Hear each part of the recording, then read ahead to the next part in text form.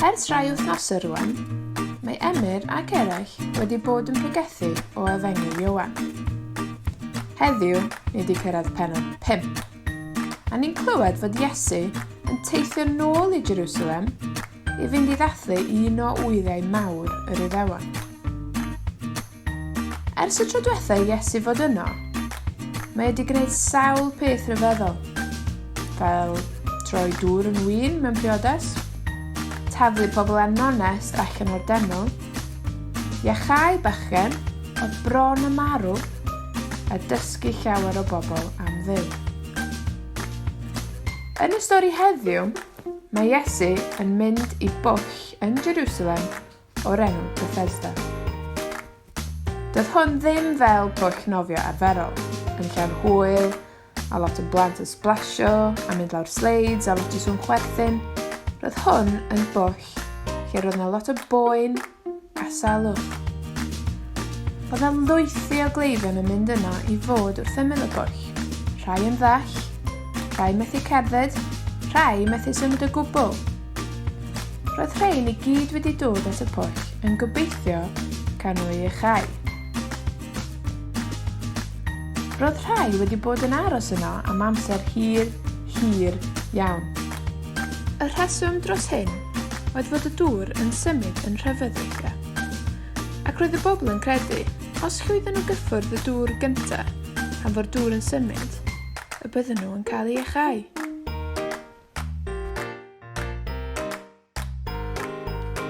Pan gyrhaeddodd Iesu yno, aeth at ddyn oedd wedi bod yn sâl ers 38 o flynyddoedd.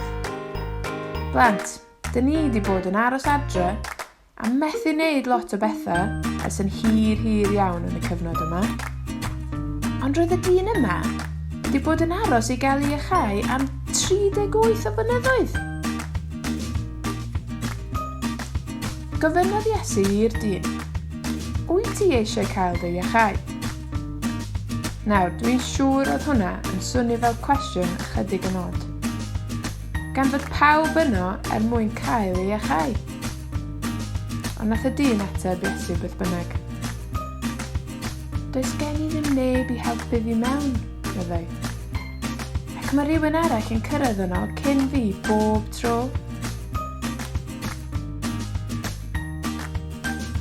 Ond doedd dim angen iddo fo aros i gael ei wella dim mwy.